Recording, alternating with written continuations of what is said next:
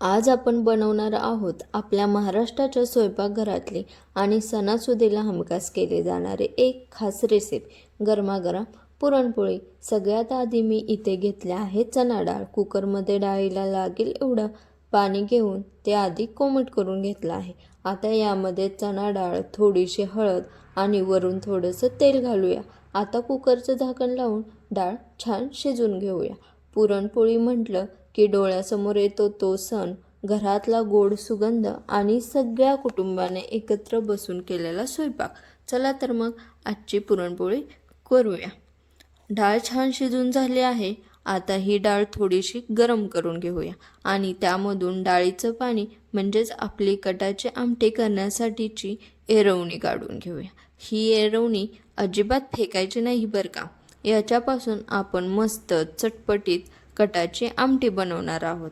आता डाळीतलं पाणी सगळं काढून घेऊया आणि फक्त डाळ गॅसवर ठेवूया। आता ही डाळ आपल्याला चांगली परतून घ्यायची आहे।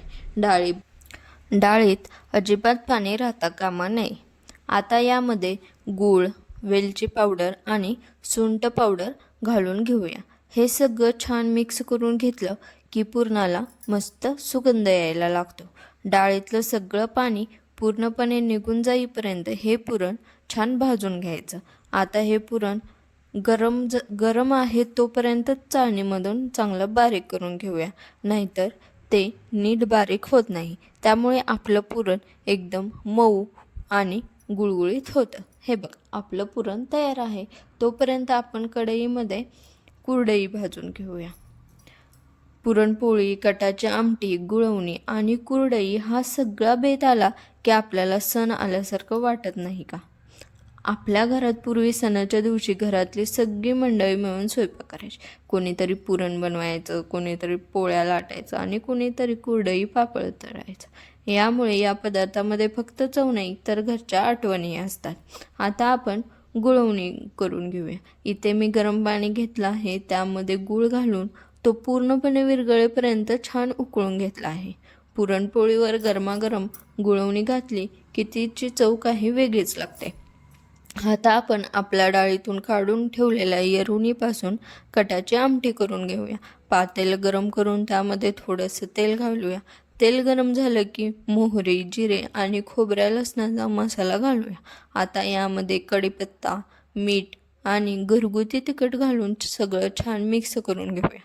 आता आपली डाळ शिजवताना काढून घेतलेली एरवणी यामध्ये ओतूया। हे सगळं छान मिक्स करून घ्यायचं की मग एवढा छान सुगंध येतो आणि त्याला उकळी येऊ द्या। उकळी आली की गॅस बंद करूया आणि आपली झणझणीत कटाची आमटी तयार झालेली आहे। पुरणपोळी लाटताना सगळ्यात महत्त्वाचं म्हणजे पोळी अलगद हाताळायची।